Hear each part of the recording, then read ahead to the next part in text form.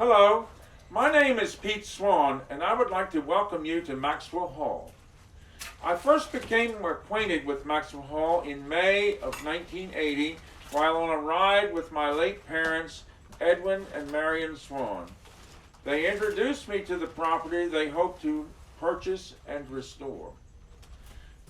They had seen the property listed for sale in the Maryland Independent newspaper and, looking to downsize from Edge Hill in Newburgh, where I grew up, decided in their late 60s to investigate further. The property, listed on the National Register of Historic Places, was totally abandoned. We had to walk through underbrush and overgrowth from the barn up to the house to get near the front door.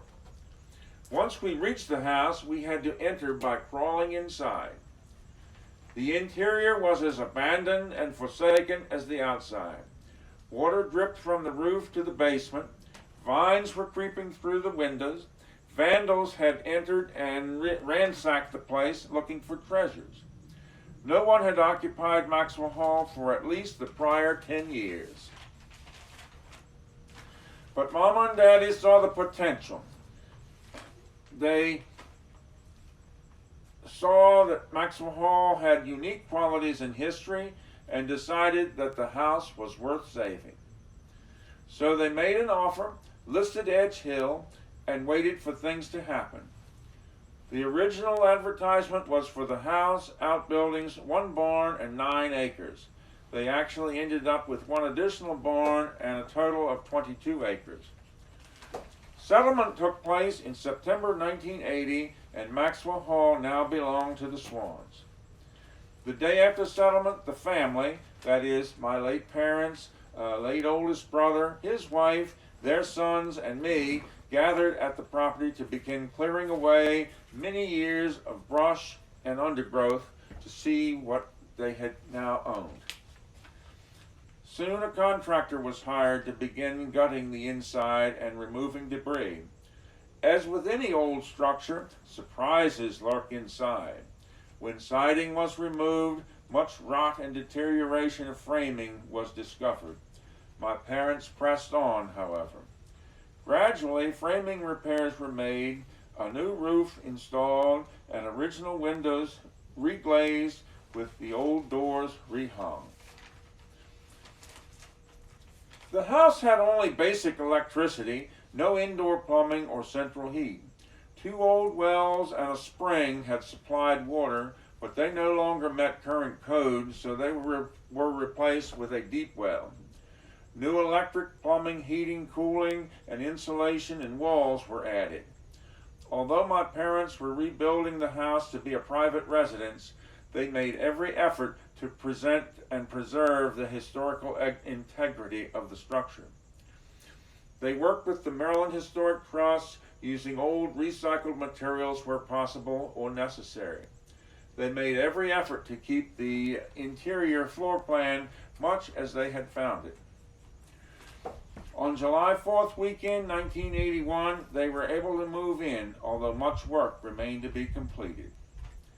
My parents, with my help, took each room one by one. We stripped the original trim down to the bare wood.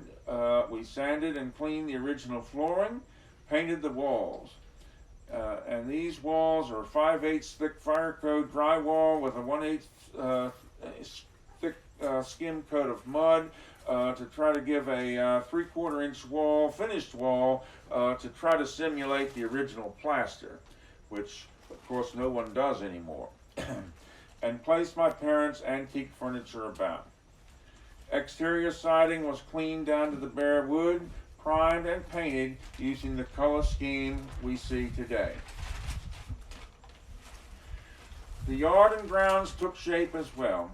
Since there were essentially no original plantings, we took liberty and placed landscape that would typically have been associated with a dwelling of this age, style, and size. Although not a professional landscape architect, my mother supervised the garden's designs. Daddy and I did the hands-on work.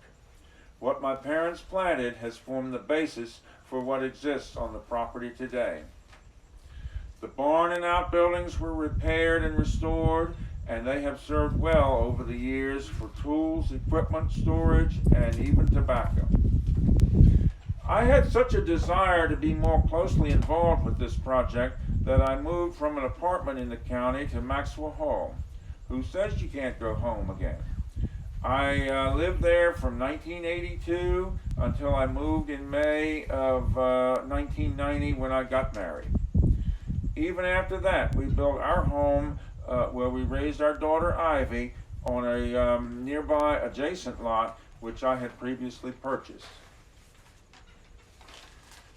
Maxwell Hall saw so many good times during my parents' ownership of the property.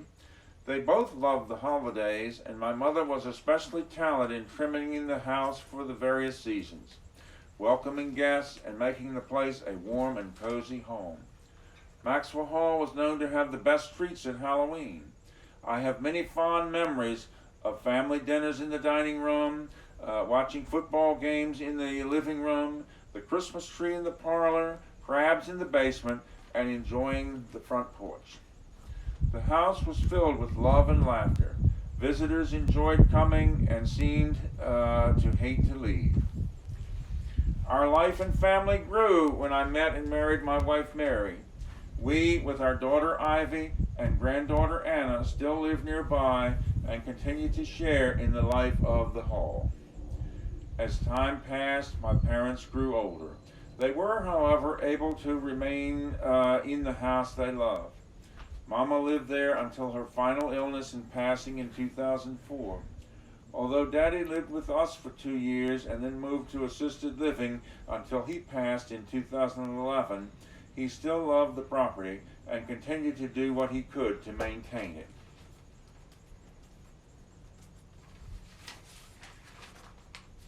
Finally, he decided it was time to sell. So we approached the Charles County government about purchasing the house and land to augment the 600-acre Maxwell Hall Park. My parents had always felt that historic properties are never really owned. They are on loan in trusts to the title holders and are meant to be shared with the public. In October 2007, ownership of Maxwell Hall, including the house, outbuildings, 2 barns, and 22 acres, passed from Edwin and Marion Swann to the Charles County government. Some interior furnishings were donated as well. Since that time, many people from all over have visited, enjoyed, and learned about all that the property has to offer. I would like to acknowledge at this time some people and individuals and organizations.